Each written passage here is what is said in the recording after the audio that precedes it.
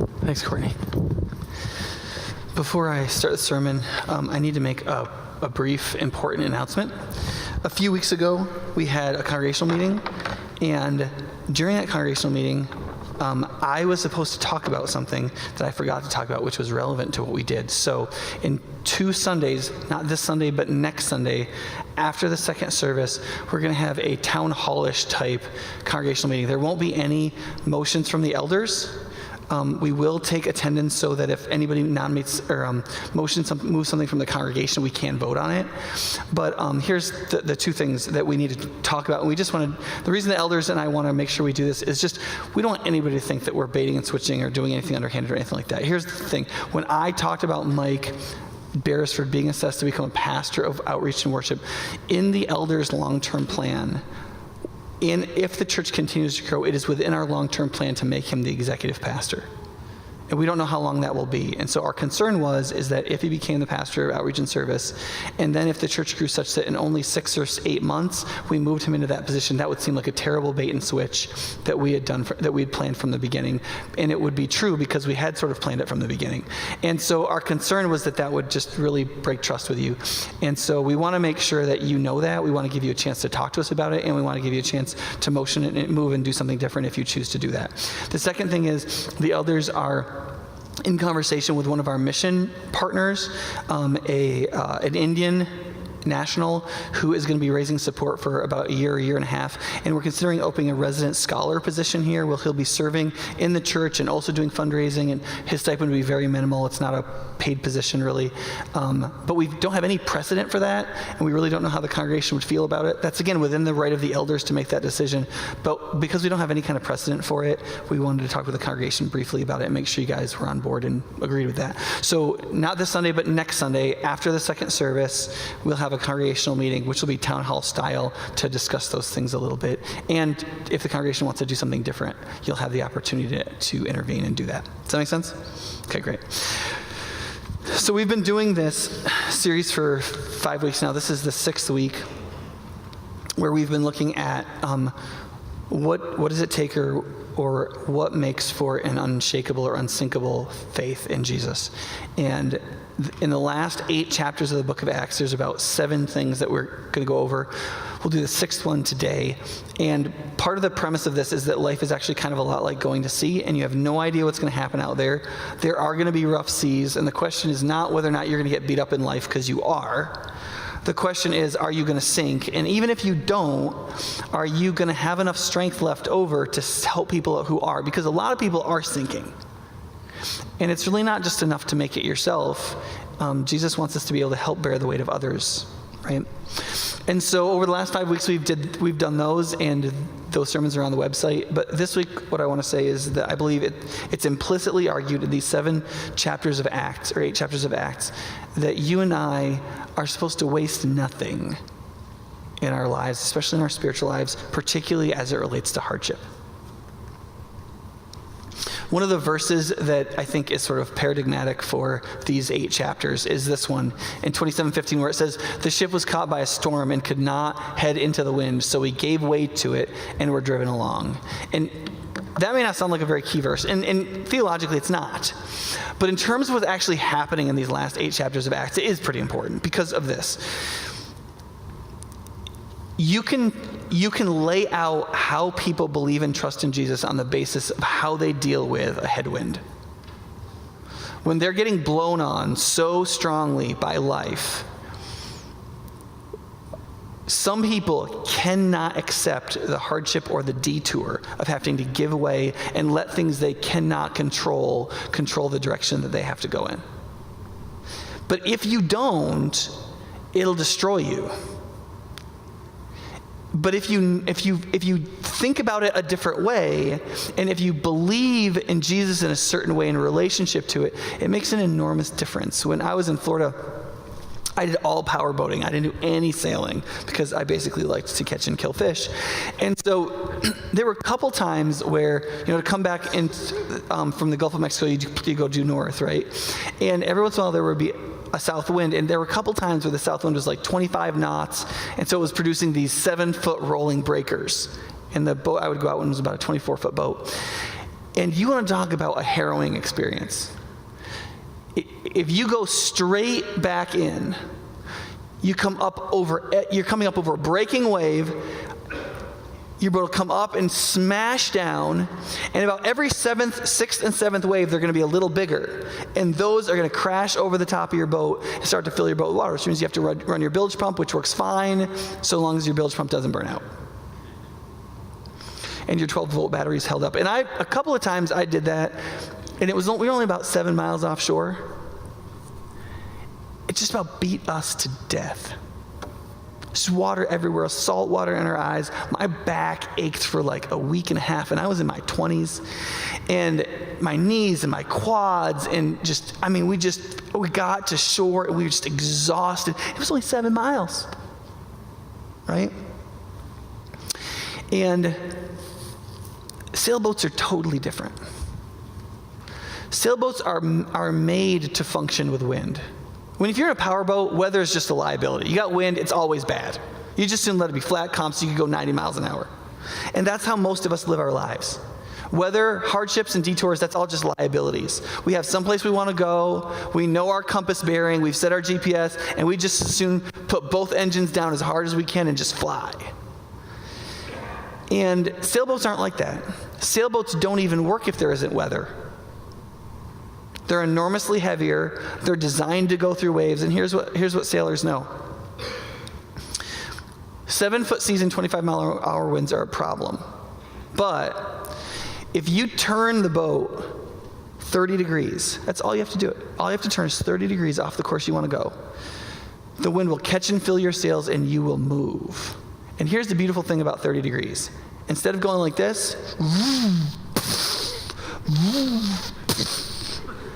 you go like this.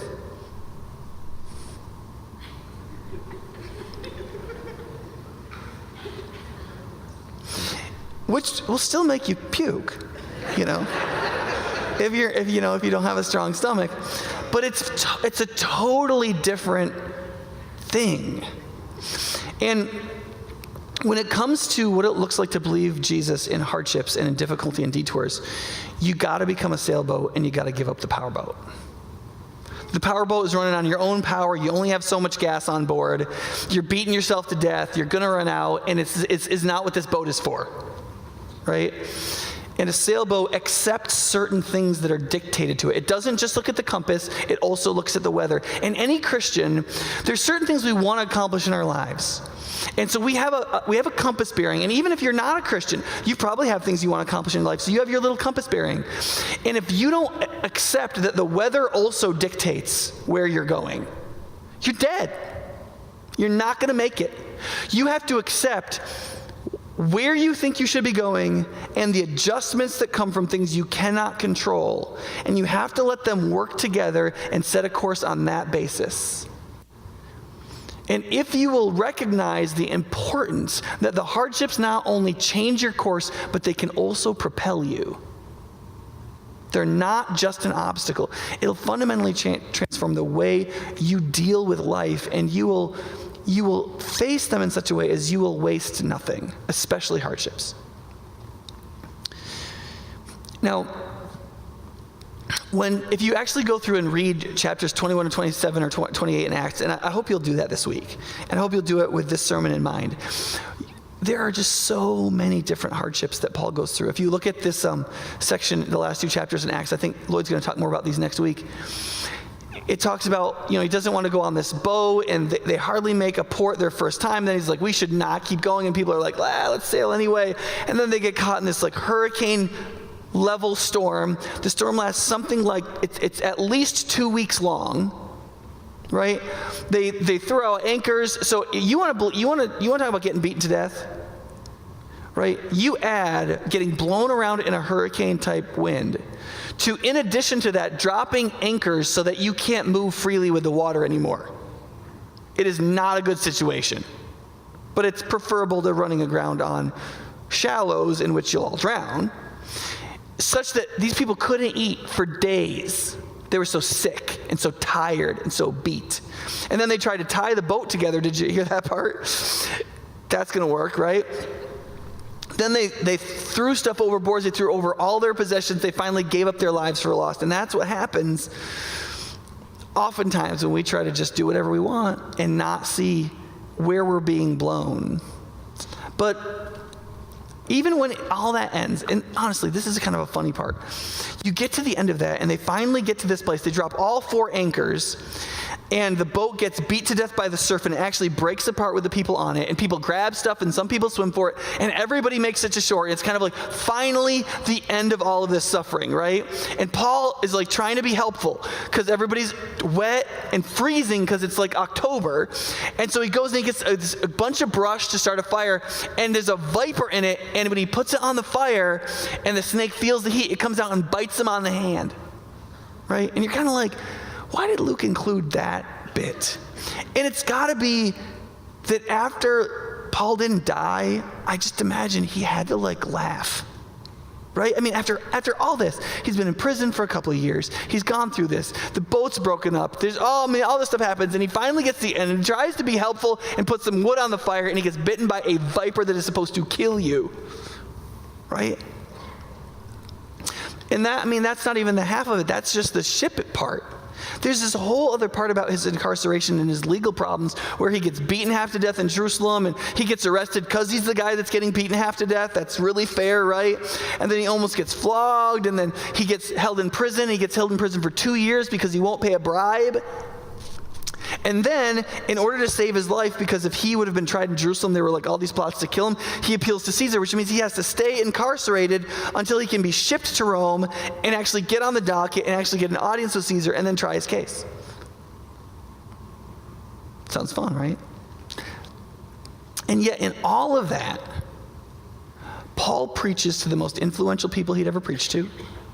He preaches more sermons per page than the rest of the book of Acts. He brings the gospel to an island that who knows when the gospel would have made it to Malta. He saves the lives of 217 or however many people were on that boat, because that boat was going to sea already. They didn't go to sea because Paul was on it. The centurion put them on that boat that was already shipping cargo. And Paul just about explicitly says that the only reason these people are going to survive is because Paul needs to end up before Caesar, and God has graciously allowed everybody to survive so that that would happen. And there's no way Paul could have foreseen any of this. But it was only because he had decided beforehand he would waste nothing, especially his hardships, that all of these things came about. Now, I am not saying this kind of like fake sentimentalist, hey, listen, you need to embrace your problems. Like all these hardships, you just need to hug them like a big teddy bear. And as soon as you change your perspective a little bit, they won't even seem bad. No, they're going to seem bad. They're going to be awful. Like, you date some guy for 3 years thinking he wants to marry you, and then he just inexplicitly dumps you, and you've lost 3 years of your 20s or 40s or whatever. Like, that's terrible. There's no good version of that, right? You lose your job. You can't get into the school you want to get into. Your kids are going buck nuts crazy. Your health is crashing. You can't make ends meet financially. There's a lot. Listen, these are not teddy bears to be hugged. These are terrible, difficult, painful, unfair, unjust, oftentimes when people sin against you, things. And Paul did not embrace any of these hardships as though they were not hardships. He just never wastes any of them. And you see, I think one of the things that we need to recognize is that whenever anything has happened to you, or anything that happens to you in the future, you can't change any of those things. You cannot change anything that's happened to you, and in the future, when something does happen to you after that, you can't change it. It's a time-space problem. It's not going to work for a while.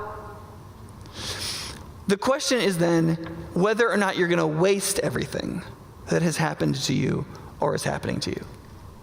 That's the question. Because not only can't you change anything, but without faith in God's providence, in the beauty of Christ, and in the working of God through all things, in his providence and through the work of the Holy Spirit, you will waste everything in addition to not being able to change anything. And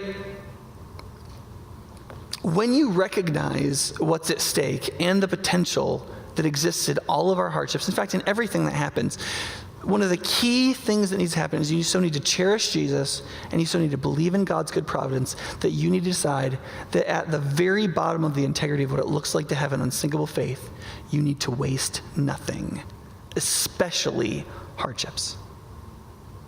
I want to break this down into two parts. One is that we need to first learn to see hardships as blessed opportunity.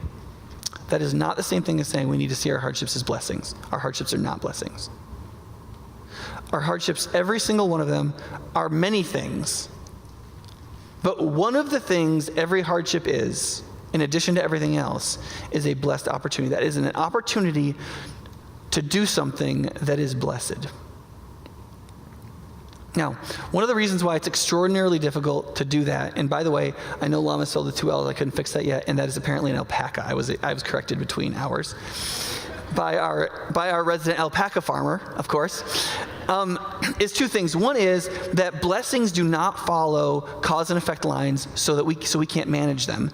And secondly, that hardships don't look like opportunities. Okay? And so therefore, it's very difficult to look at hardships as blessed opportunities. We are used to looking at things as cause and effect. So if you punch me in the face, my face is going to hurt. Right? We understand that kind of stuff. And so we like to manage things. If I do this and this and this and this and this, I'll get this outcome. Blessing doesn't function that way. Blessing is we are obedient and faithful, and we do this and this and this and this and this. And God has set up the world to work like this, and then he personally acts this and this and this, and these things come together to produce this, and that thing is a blessing.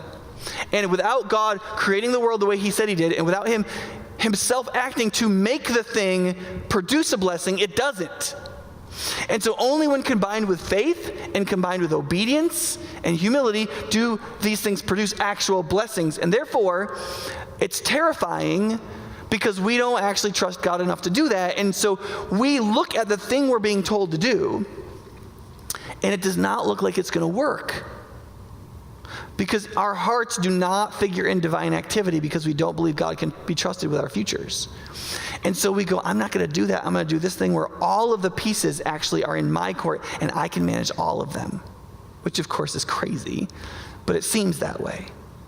And so because blessing does not have a direct cause and effect relationship, it's very hard for us to believe in it. It does require faith in the goodness of God and in the responsiveness of God. And if you don't believe those two things, you will not move towards blessing. You will use management to move towards successes. Remind you of a particular culture that you might live in. And then the second thing is, hardships don't look like opportunities. They look like losses. When hardships come, they are losses, they are awful, and they don't look like opportunities. So looking for the opportunity that is in the hardship is really difficult because everything else screams a lot louder than the opportunity, especially if we don't have very strong faith, if we don't really trust Jesus deeply. And so instead of seeing blessed opportunity in our hardships, we tend to experience them as confusing and overwhelming. And here's the problem, that we tend to respond to confusing and overwhelming things with being confused and overwhelmed. Right? And by confusion, I mean, I don't know how to think through this in a way that is faithful. It feels like injustice. It doesn't feel good, but yet God is supposed to be good, and this is all confusing. And by overwhelmed, what I mean is this, that we don't have enough discipline in our convictions that when our emotions flare up, we can put them in check. Because most of our problem with our hardships isn't that we have syllogistically reasoned our way through the metaphysics of the logic of how this doesn't work. What happens is our hearts go, this is bad. And you're like, your thinking mind doesn't go, that's not an argument. Right? Your thinking mind is like one flesh with your passions and your emotions. And so all your reason goes, I'm going to agree with you. I'm going to agree with you. Let me make up an argument that agrees with that. Right? And before you know it, you're confused and obsessing and overwhelmed and freaking out. And so you don't respond to the hardship as a blessed opportunity. And so you don't respond to it with trust. You don't respond to it with conviction. And you don't respond to it with curiosity. Now, that may seem like I'm trying to make an artsy turn on you, but what I mean is this. If you're caught up in the frustration of the hardship, then you can't really inquisitively and curiously ask, I wonder what God is doing. What thing in my character has made this worse than it needed to be? Did I actually create this? And God's actually showing me I need to change? Is there some end that is meant to be displayed in all this? Is there a way that I can show Christ's worth, Jesus' way, or the transforming power of the gospel in me to others through this? I mean, what is God doing? And oftentimes you can read some of the providence in the things that are happening, but only if you respond with curiosity rather than anger. Now, it's hard to accept that if you're struggling with a lot of hardships, because it sounds like, because inside your insides are being like, this is bad! And like, that's on video and I'm on audio. Like, I'm the wah in the background, right? And so the way Scripture handles this, and it's one of the reasons why the Bible tells the story as well as gives the teaching. And Acts is great for this. It gives us the sermons, and it also tells us what happened. And sometimes it requires the story, because if Paul had just said somewhere, hey, listen, you need to look at your hardships as blessed opportunities, we'd be like, whatever. Like a 13-year-old. But we don't. What we do is we look at, and we can read the story, so we can actually read what happened. And the thing about Paul's hardships is they just kept getting worse and worse and worse and worse until they didn't all of a sudden. Because after you get to the viper on the hand gig, which is, I think that would be kind of a good Christian saying. That like when you feel like you are so overwhelmed with all of the stuff that's been happening in your life, and just when you thought it was going to end, like something else happened. You know what I'm talking about? That happens like every week, right? You're just kind of like, one more thing. You need to say to your Christian friend, I got a viper in my hand. Like, I think that would some kind of version of that. Can somebody wordsmith that? I think that would work, because you'd be like, listen, just when I thought I was at the end, and I was at like the end of my rope, and it was finally going to break, something totally different just came out of left field and just T-boned me, right? I got a viper in my hand. But here's what happened with the viper in the hand. This viper's like hanging off of Paul's arm, and he's like, get off of me, right? And people kind of look at him like, and then they're like, he's going to die. And then he's like, eating his porridge and not dying. And they're like, what the heck? He didn't even, right? And then he doesn't die, and then they think he's a god. They're like, he's like Zeus or something. And he's like, I'm not Zeus. I just believe in Jesus. And they're like, well, Jesus rocks. And so this guy's like, well, if you don't die of viper bites, the guy who's like the leader of the island who's come out to meet this shipwrecked group of people, like if 200 refugees show up on your shore, you got to go out and say hi, right? And so he's out there, and so he meets Paul, and he's like, listen, my father's at our house dying of chronic dysentery, which that sounds fun, right? Right? And so Paul's like, well, I'll pray for him. So they take him, and Paul prays this guy, and he gets better. And then word gets out, and all these people who are sick on this island just come, and it says Paul, he prays for them and heals all of them. Right? It's pretty wild. And that's the little piece that happens out of all of this. A whole island comes to Jesus, right? In addition to that, he ends up speaking before an emperor. In addition to that, his incarceration gave him the greatest opportunities to speak with the most influential people in the most places. Hey, he got a free trip to Rome. When was the last time you got a free trip to Rome and got to talk to a president of the largest empire in the world? Right? He got there through prison. But listen, here's what, in every single case, Paul was always wasting nothing. He was always wasting nothing.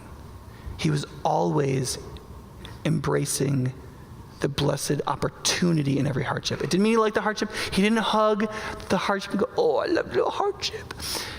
He hated the hardship, I'm sure, but he didn't waste any hardship. You don't have to like your problems. You don't have to like your limitations. You don't have to like your aging. You don't have to like your job.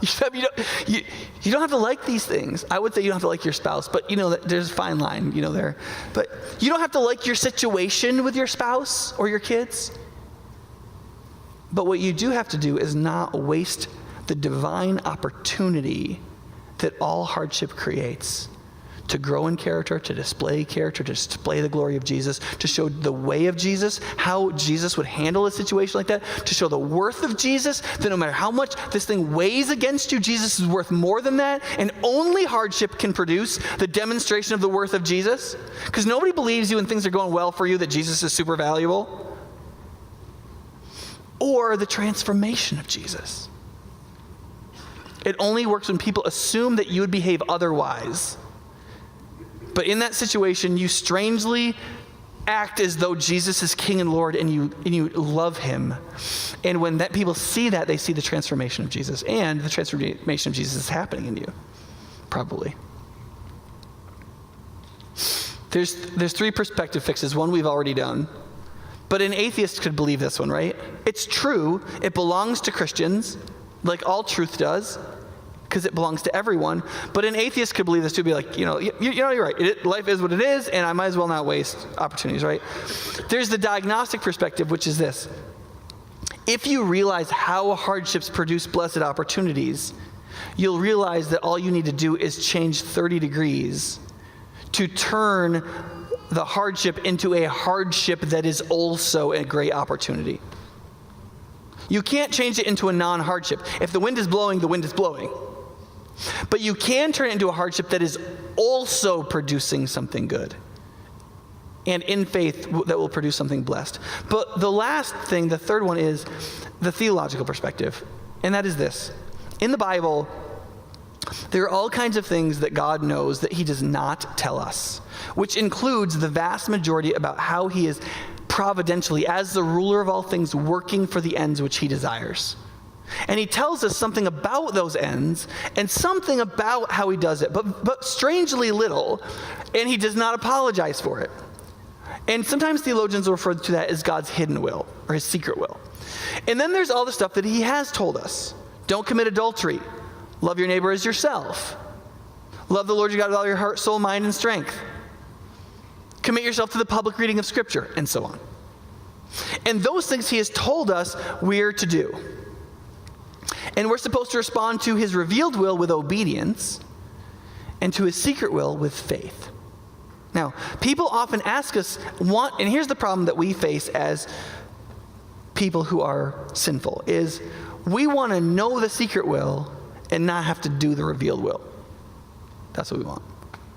And the problem is that job, the job of knowing the secret will of God, there is not actually an opening for that job. Okay, that's actually God's job, and he has not resigned and has tenure. Okay? And he's going to be doing that job. And so let me give you an example of this. I would listen to Tim Keller answering a question a while back with like somebody in their 20s asking if they should go in the ministry. Like they're working in the New York financial sector, and they're like, I love Jesus. I was thinking about going to ministry. Should I go in the ministry? And Keller's response was this. He said, listen, the answer is you can't know, and neither can I. If you want to go into ministry and you believe in it, and then you kind of like check the wanted ads. If someone will actually like let you minister to them, then in God's revealed will, that door is open. He said the problem with God's secret will is it's secret. I remember when I came to Madison, people would say to me, they're like, oh, you must like know it's God's will for you to go to Madison. And I was like, they're like, because it's kind of a secular town and blah, blah, blah, blah. I was like, yeah, okay. And people sometimes at this church, they were like, I hope you really feel called here. And I mean, sure, I feel called, but I don't know God's secret will. I don't know if I'm going to be alive on Thursday. I don't know anything. I mean, I could be driving a bread truck by next Wednesday. Well, to take a congregational meeting to fire me, son. 11 days, right? And so, all I know is that God has given me something to do in his revealed will, and I'm supposed to do it. And then what I have to ask about his secret will is, am I willing to trust on the basis of the character of the God who holds those things in secret because he's God? Do I trust him? Not do I like that plan, because I don't even know that plan. And you see, when it comes to our hardships, the meaning and purpose and possible blessed outcome of our hardships resides within the secret will of God. And the problem with the secret will of God is that it's secret. You don't know it. You're not going to know it. Some portion of it might ultimately be revealed in the last day, like when Jesus comes back and sets things right. It may be. I don't think we probably have the brain power, even if it was all laid out for us. There's no reason to believe that we have the computing power anyway, even if he tried to tell us everything. And so what this ultimately comes down to is not, what are we supposed to do? There isn't a, what are we supposed to do in terms of like, should you marry Alice? Right? In God's revealed will, there's only one question, should you marry Alice? Is she a Christian? And will you commit to love her till you die? Or one of you dies, and without killing each other. Right? That's it. Now, you can marry Alice in the revealed will of God, and it can be an enormous tactical blunder. But the whole question of is it in God's secret will? The problem with the secret will of God is that it's secret, and he doesn't tell you. You have to decide. And it is not seeking God. Sometimes when evangelical and Bible-believing Christians and charismatic Christians talk about seeking God, it's a very good thing. A lot of times it is saying, in order to live my life, God has to reveal to me his secret will in order for me to know what I'm supposed to do. Friends, that is not how it works.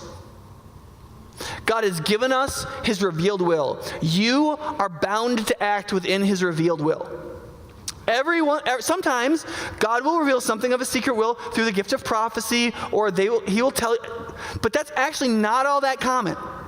And usually it's just enough to encourage you to make it through today. It's not a blueprint for the future. And then you don't get to know God's secret will. You just have to choose. So choose. But in so doing, choose within obedience to God's revealed will, and choose with faith and trust in the one who works out his own secret will. And if you don't trust the secret will, when things happen to you, you will respond with being overwhelmed or being confused, rather than looking at it with faith, conviction, and curiosity. Does that make sense? Well, that's all the time I can spend on it right now. The second thing is, to a certain extent, a good bit of what I've said so far, an atheist could say, a Buddhist could say, a painter could say, right?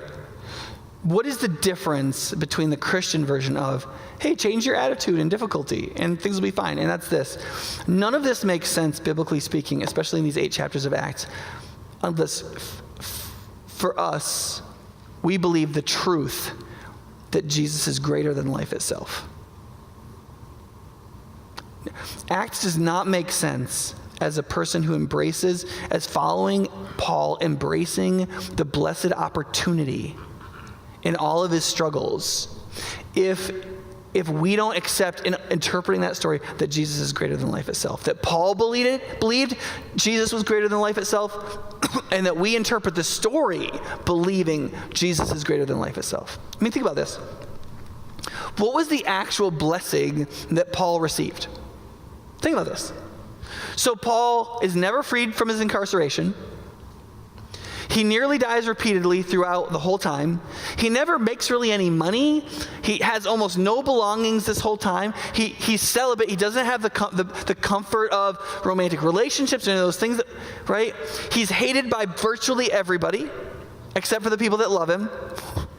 Just very few people had no response to Paul, right? And then he's ultimately beheaded. So as you contemplate the pouring out of his spinal fluid, what exactly was the profound blessing that Paul received in not wasting anything, including his hardships?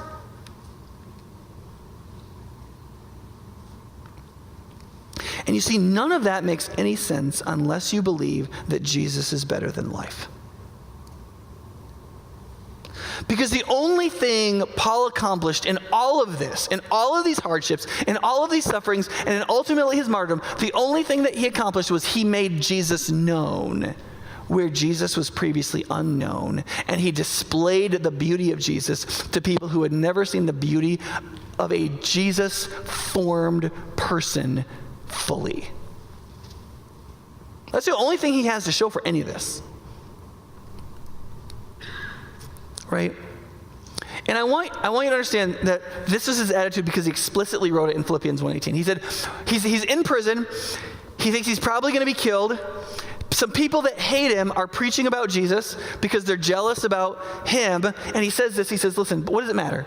The important thing is that in every way, whether by false motives or true, that Christ is preached. And because of this, I rejoice. So he's lost everything else.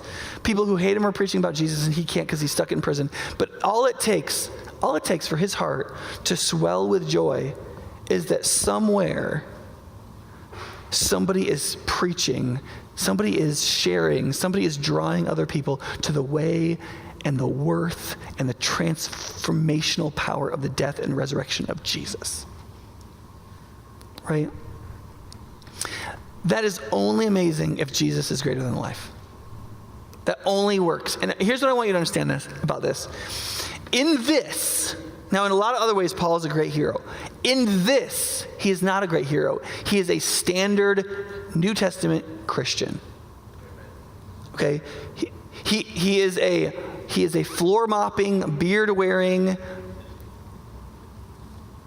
plumber, dentist, dad, mom, kid, student, Panera liking, just normal, run-of-the-mill person who is a real, actual Christian who has real faith in the crucified and risen Jesus. And that faith is so deep that he knows that Jesus is better than life, and therefore it affects everything he does.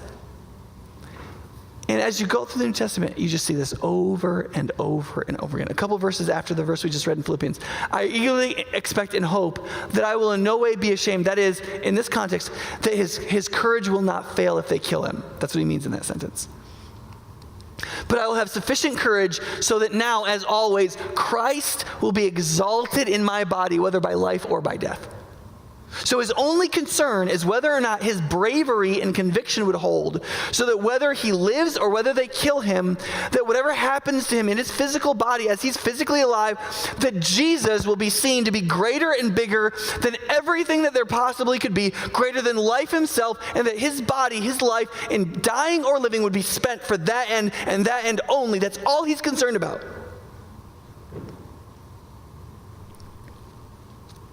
In Luke, Jesus says the same thing in the negative about becoming a Christian. He says this to people who wanted to be his disciples. He said to them all, if anyone would come after me, that is, be his disciple, he must, so it's not optional and it's for everyone, deny himself and take up his cross daily and follow me. Meaning, everything else in his life other than following Jesus must be subjected to the death of the cross.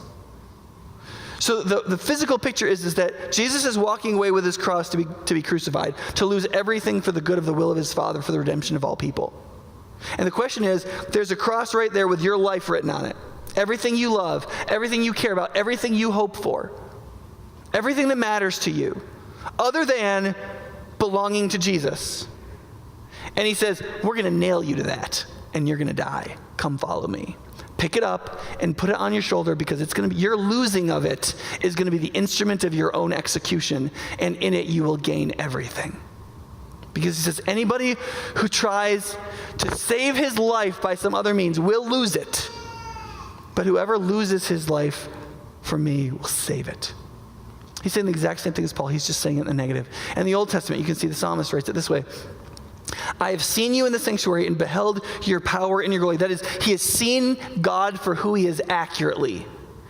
And the only possible response in his mind is this: because your love is better than life, my lips will glorify you. I will praise you as long as I live. In your name I will lift my hands. You see, exact same idea. Colossians 3:2-4, it says this: set your mind. So he's talking about just the way we should think all the time as Christians. He says, set your mind on things above, not on earthly things. For you died. And so he's not saying think about heaven and how fun heaven is going to be. He's saying think about the kingdom that is in heaven and the king who is king there, which is Jesus. And he says, why? Because you died when you believed in Jesus. When you believed in Jesus, your life here, to the extent to which it exists independent of that king, died. And your life does not exist here as people see it, but your real life is hidden with Christ in God. When Christ, and here's just a little parenthetical statement. When Christ, who is your life, appears, then you also will appear with him in glory. You can even see it in a simple verse like this in Colossians about how we do our jobs and eat our food. He says, whatever you do, which makes up your whole life, whatever you do, work at it with all your heart. Why? Because of what you're going to win, because of your success. He says, no, as working for the Lord, not for men, including you working for yourself as a man or woman. But he says, since you know that you will receive an inheritance from the Lord as a reward, it is the Lord Christ you are serving. So what he's saying is it's not just a general religious thing. He's saying when you have to get that crappy medical assistant job at the hospital, and when you're mopping up the 7th round of puke from the same patient who keeps sneaking Jell-O, and it's either your job or there's no one else there to do it, and the other person is gurgling out obscenities, hyped up on painkillers. This is Jesus being displayed, the Jesus who is your life, and the Christ you are serving defines this event, so that whatever you do, even if it's this, you do it with all your heart. Because your inheritance is coming from your identity as a citizen of the kingdom of God and a prince or queen of eternity, because you have been called as an ambassador in this hour to mop that floor, or to serve that coffee, or to finish that class, or to parent that kid. All of it comes back to because Christ, who is your life, frames this, defines this. And therefore, if the thing is a hardship, because Christ is more valuable than anything, there is something of Christ to be experienced, displayed, spoken, and shown in that thing, even if you personally never overcome it.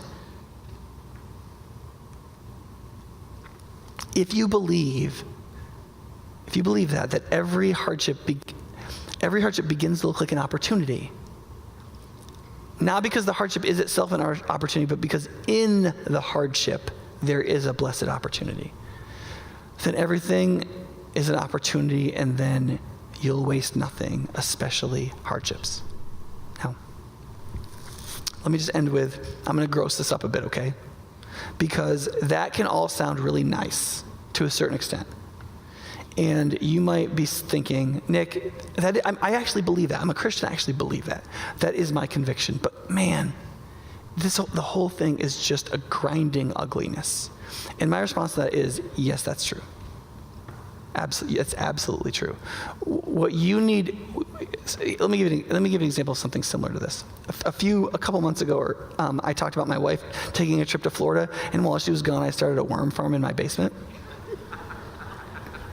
And by about Tuesday of this week, I'll have about 3,500 worms in my basement. Because I know it sounds like a lot, but they're small, okay? And it's about what you need to compost the waste of a family of 6. And one of the things that is the reality here is that all of our garbage goes into these bins.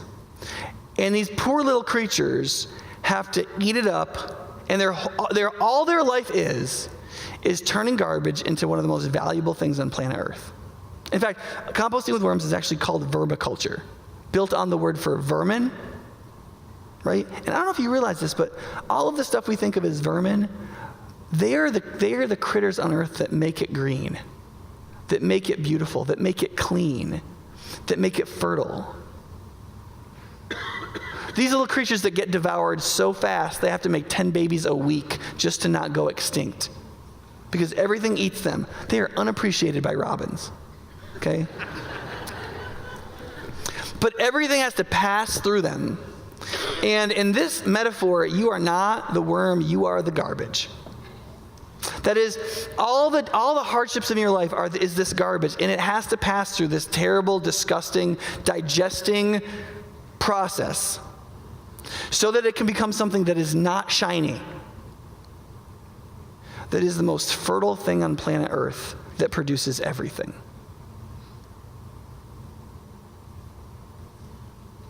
That's what real life is like. It's not like a machine shop. That's what real life is like. What life is like is that all of your hardships, and you, as the person having to go through them, have to go through a disgusting, smelly, slimy, terrible process in which the result is unrecognizable from what went in. That is not shiny, that nobody pays attention to. The process is entirely unthankful, and in which you tend to be in the company of vermin. But the product is the most fertile, the most life-producing thing in the world. And God has left many metaphors for this in nature and in life. It is we who choose not to pay attention to them because we wish that reality would be otherwise. But all of that question comes back to two basic questions. Is or is not Jesus better than life? And two, is the good character of the God who has a secret will trustworthy? That's it. That's it. That's the question.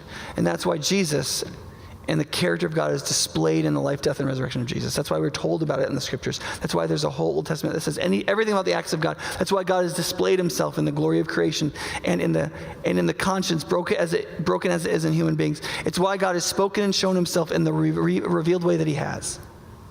He's done it so that we would know him enough that we would not trust his plan because we knew the plan, but we would trust the plan because we trusted the God. And that in trusting his plan and in responding to his revealed will in obedience, that our faith would allow us to waste nothing, especially hardships. And then as we walked through that every day, more than the day before, we would see every hardship as containing a blessed opportunity, and that we would be more convinced, more deeply, more completely, with more discipline, with deeper convictions, with stronger curiosity that Jesus is better than life. And when that happens, we will progressively grow less full of fear, more full of faith, more easily filled with joy, more easily disciplined to control ourselves when we must, more full of patience when things don't go the way we want them to, less self-centered and narcissistic, and therefore then more kind, cheerful, and loving towards other people, more full of manners that make other people feel at ease and hospitable towards those that need to be welcomed in, more sympathetic towards all the hardships of others, and more passionate and enjoying of the glory of God and everything Christ has done in the gospel. Waste nothing, especially your hardships. The God who has a secret will is trustworthy, and Jesus is better than life.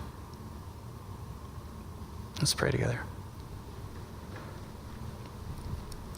God, please help us to not dismiss the truth of your ways because of the felt sentimentalism that this is somehow simplistic or sentimental or unrealistic or unfalsifiable.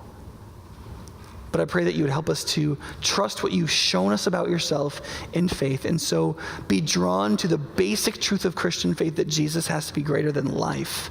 And I pray that there be people in this room right now who would be confessing to you in their hearts that they have somehow believed in you in some way to save them, but they have not ever reckoned with your fundamental claim that you are better than life. That to be your follower means to take up the cross of our life and to follow you towards execution and to lay it down so that you can give back what you want in the way you want, in the time you want, and so that everything you give us back we would do for your glory, because we are serving you, not men, not even ourselves. I pray that you'd make us a people who in incredible joy waste nothing in our lives, especially our hardships. We pray in Jesus' name for his glory, out of his worth and desire of his transformation. Amen.